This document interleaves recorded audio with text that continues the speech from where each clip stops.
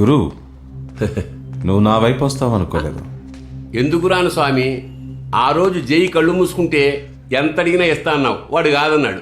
అంత పెద్ద ఆఫర్ వదులుకోవడానికి నేను జైని కాదు, గురుని. కూర్చొని మాట్లాడుకుందామా?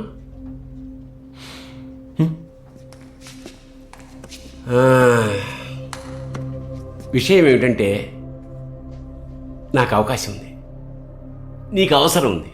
ఇద్దరం కలిస్తే బోళ్ళంత లాభం ఉంది. నీకొచ్చే లాభం నాకు చెప్పే విషయాన్ని బట్టి ఉంటుంది. ఖచ్చితంగా నువ్వు అనుకున్న దానికన్నా ఎక్కువే ఉంటుంది. సరే, భగవాన్ని ఎక్కడ కొడితే తలుపులు మూసుకుంటాయో, ఎవరిని కొడితే బిజినెస్ నీ సైడ్కి వస్తుందో, ఎవరిని ఎక్కడ ఎలా కొట్టాలో అవన్నీ నాకు బాగా తెలుసు. కానీ దానికి పెద్ద గ్రౌండ్ వర్క్ చేయాలి. కొంచెం ఓపిక పట్టు.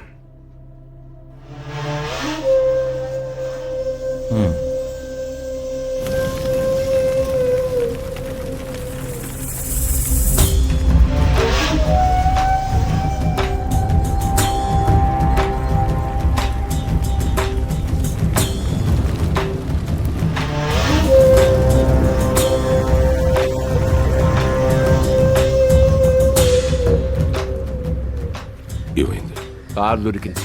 మనిషి ఎక్కడికి వెళ్ళాడో తెలియదు. తను వెళ్ళడానికి అవకాశం ఉన్న ప్రతి చోట మన మనుషుల్ని పెట్టాం. ఎక్కడికి వెళ్తాడు?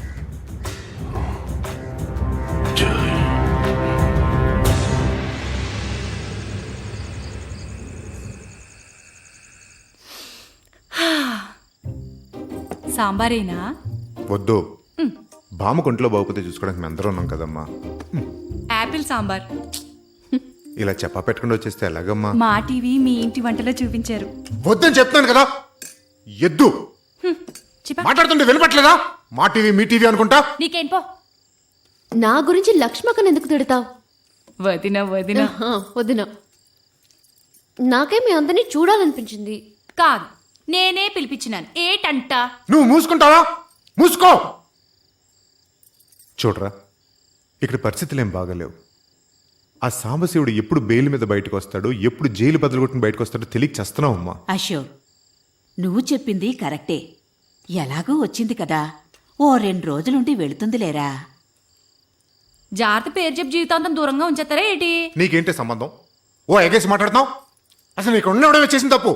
ఏటి నువ్వు నన్ను ఇంట్లో ఉండిచ్చేది? ఇది మా అమ్మమ్మ వాళ్ళ ఇల్లు. నేనే పోన్లే కదా అని సాయం చేద్దామని వచ్చినాను కదా అమ్మమ్మ. నిజం చెప్పు. బావ కదా, ఇంటోళ్ళందరినీ ఒగ్గేసి లైన్ వేద్దామని వచ్చినాను.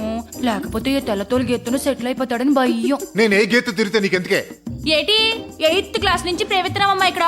నువ్వు గేదెలతో నువ్వు ఆవులతో వెళ్తే ఒప్పుకో. బామ్మా, నువ్వు దీన్ని కంట్రోల్ చేయకపోతే దీన్ని చంపేస్తాను చెప్తున్నాను. తాళి గట్టి చంపేమని అమ్మమ్మ. 2 ఏళ్ల నుంచి వెయిటింగ్ చేస్తున్నాము.